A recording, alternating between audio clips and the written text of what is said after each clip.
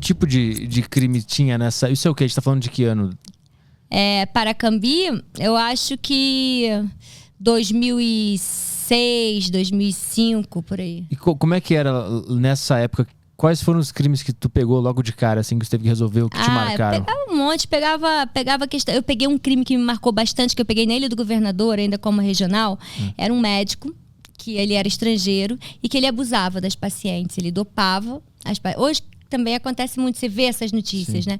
Ele abusava das pacientes, ele dopava, mas a mulher, mesmo dopada, ela não tinha capacidade de reação, mas ela se recordava daquilo que ela tinha passado, né? E foram várias. E eu lembro que eu tive um grande professor de direito penal, meu mestre querido, que foi advogado justamente desse médico. E eu lembro que eu tinha os cadernos, porque eu estudava muito por caderno. Eu cheguei a repetir na sentença aquilo que ele havia me ensinado nas aulas dele. E eu sei que essa sentença ela foi até Brasília. Eu não sei se ela acabou sendo reformada, já tem bastante tempo, não lembro. Eu sei que foram até Brasília lutando para absolver, porque eu dei-lhe uma pena caprichada nesse médico. Qual foi a sentença? Eu não lembro, mas foi mais de 20 anos. Porque isso é um estupro de vulnerável. Um estupro, no fundo, de uma pessoa que você não consegue oferecer resistência, como se fosse uma criança. Né? Então é uma pena alta. Então eu lembro que eu sapequei-lhe uma pena bonita que foi até Brasília, lá pra eles conseguirem derrubar. Eu não lembro se conseguiram. Ele falava pra mim: Luciana, você repetiu as minhas aulas. Eu falei: professor, repeti as suas aulas na sentença. E esse médico tava junto lá na hora da Ele sentença? foi julgado. Não, mas ele não... na hora que eu dou a sentença, normalmente dá depois da audiência, né? Quando são essas sentenças mais complexas, muitas folhas, né? Sentenças grandes, né? Porque eram muitas vítimas. Então eu dei depois da audiência e ele, obviamente, tomou conhecimento da sentença, que depois vai o oficial de justiça lá intimar ele. Mas eu digo assim, então tu teve contato com esse cara? Sim, eu tenho na audiência. Como é que é ver um cara desses ali na tua frente? Como é que é? Tu consegue controlar o teu lado mais humano, animalesco, entre aspas, que quer voar no pescoço do cara? Sim, você consegue. Quando você é a juíza mais nova, isso é mais difícil. Mas hoje em dia você vai meio criando uma casca, você só não pode deixar essa casca impedir que você se emocione, impedir que você julgue cada caso como se fosse o seu único caso, como se fosse o seu principal caso. Mas a gente cria uma casca. É muito pior quando é com criança. Eu peguei um caso em Madureira que era uma tortura contra uma menina de 4 anos. E o cara era padrasto dela, né? E ele praticamente matou essa menina. Ele levou ela para o hospital praticamente morta. E era muito difícil. E quando é com criança, esse sim... me pegam, porque essa menina morreu, ele pendurou ela, ele estuprou, e tinham 2 irmãos mais velhos que viram tudo, que também eram crianças, e o pior foi a postura da mãe, com um bebezinho no colo, filho do acusado, preso, que o cara chegou no hospital e foi preso, do jeito que a menina chegou toda machucada, né, e ela completamente apática, assim, gente, as pessoas...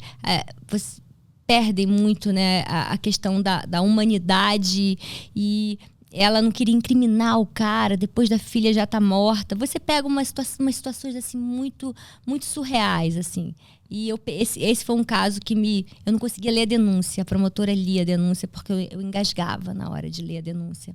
De tão cruel que a denúncia narra tudo. Então narrava as agressões que a menina sofreu ao longo de bastante tempo. E aquela mãe se fazendo de completamente fora da história, quando devia ser a mais interessada na punição, a mais interessada em preservar os filhos, e com um bebezinho, filho desse sujeito, desse acusado, que também, obviamente, foi bem condenado. E tu consegue manter essa emoção só no trabalho? Isso reflete quando chega em casa? As imagens ficam passando na tua cabeça? Não, quando é caso de criança, esse, por exemplo, na hora que eu vou deitar, a cabeça roda a 1000. Né? Aí, na hora que você para, porque eu sou muito agitada. Então, eu sou aquela que faço 10 coisas ao mesmo tempo. Então, estou fazendo audiência, estou ao mesmo tempo revisando algum escrito, algum trecho de sentença, mas estou ouvindo ali a pessoa, estou perguntando.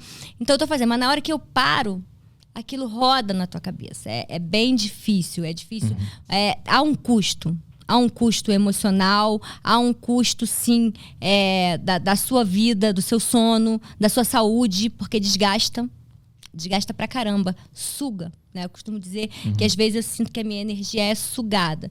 Por isso que nessa profissão só fica quem gosta muito, porque dizem que juiz trabalha pouco. Não trabalha pouco.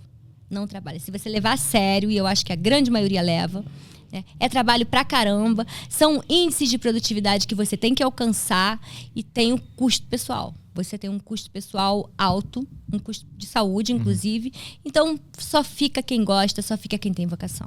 E a questão de estar lidando com o pior lado do ser humano quase todos os dias, vendo esses casos, também não te faz se tornar um pouco mais cética em relação ao ser humano?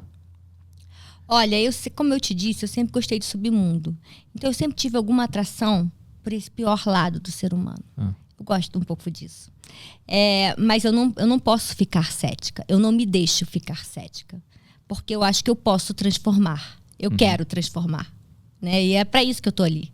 Eu acho que cada um tem a sua função aqui nesse mundo. Né? Porque você vai passar aqui batido, em branco, não é muito comigo. Então eu não posso ser cética, eu não tenho esse direito.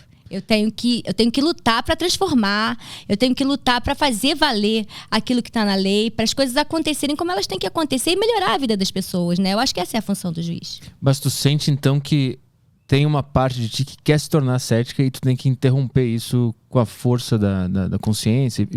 Para mim, eu não chego ao ponto de ter que interromper esse ceticismo, porque ele não me contamina. Eu não me deixo muito contaminar, não. Mas o desgaste é grande. O desgaste é um desgaste emocional grande. Mas, assim, eu acho que vale a pena.